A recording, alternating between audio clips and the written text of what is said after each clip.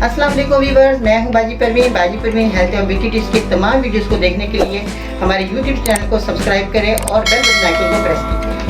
Welcome back to my channel Baji Parveen health and beauty tips से खुश आमदीद। आज की इस वीडियो में जिन लोगों को हड्डियों की कमज़ोरी है उन लोगों के लिए आज मैं कामयाब नुस्खा लेकर आई हूँ, क्योंकि जब हमारी 35 साल उम्र हो जाती है तो फितरी अमल है कि हमारी हड्डियाँ कमज़ोर होना शुरू हो जाती हैं, हड्डियाँ बुरना शुरू हो जाती है, हमें उठना बैठना बहुत ज़्यादा मुश्किल हो जाता है। तो इसलिए ये कामयाब नुस्खा आप इस्तेमाल करेंगे तो आपको ये हड्डियाँ कमज़ोरी जो बहुत ज़्यादा होगी हड्डियों की, ये ख़त्म हो जाएगी। तो आपने क्या करना है, आपने किशमिश का इस्तेमाल करना है। किशमिश आपके सामने मौजूद है, ये देख सकते हैं, और इसको आपने साफ़ सुथरा करना है। और ये अंगूरों की किशमिश है। अंगूरों को जब हम सुखा लेते हैं तो ये किशमिश तैयार हो जाती है, और अगर हम बड़े अंगूरों को सुखाते हैं तो वो मनक्का बन जाती है। अब आपने लेना है चिया चीज़, जो कि तुख्मे बलंगा है, ये भी आपने इस्तेमाल करनी है। ये देखिए, तुख्मे बलंगा को भी हमने साफ़ सुथरा कर लिया है, क्योंकि खाने के लिए आप एक दवा को तैयार कर रहे हैं।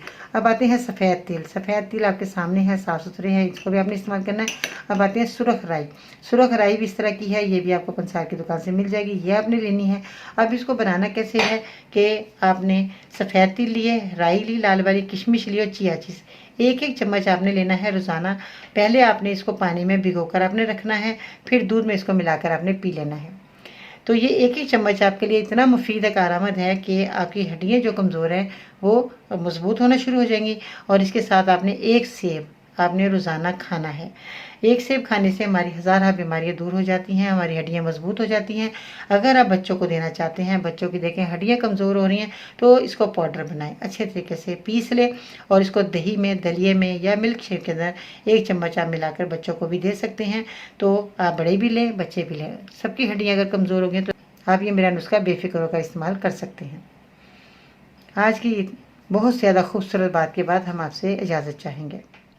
शुरू अल्लाह रब्बुल इज़्ज़त के बाबरकत नाम से, जो दिलों के भेद खूब जानता है, वही था, वही हमेशा रहने वाला है और हर वक्त उसी के नाम की तस्बीह है। अल्लाह करे आपकी ज़िंदगी में हज़ारों खुशगवार सुबह तुलू हो और अल्लाह आपको हज़ार चीज़ें नवाजे और जिसमें खैर व बरकत, इज़्ज़त, राहत और सुकून हो। आमीन सुम्मा आमीन या रब्बिल आलमीन। इस नेक दुआ के साथ अब मैं आपसे इजाज़त चाहूँगी। इंशाअल्लाह ताला ज़िंदगी रही तो फिर मिलते हैं नई वीडियो में, तब तक के लिए अल्लाह हाफिज़।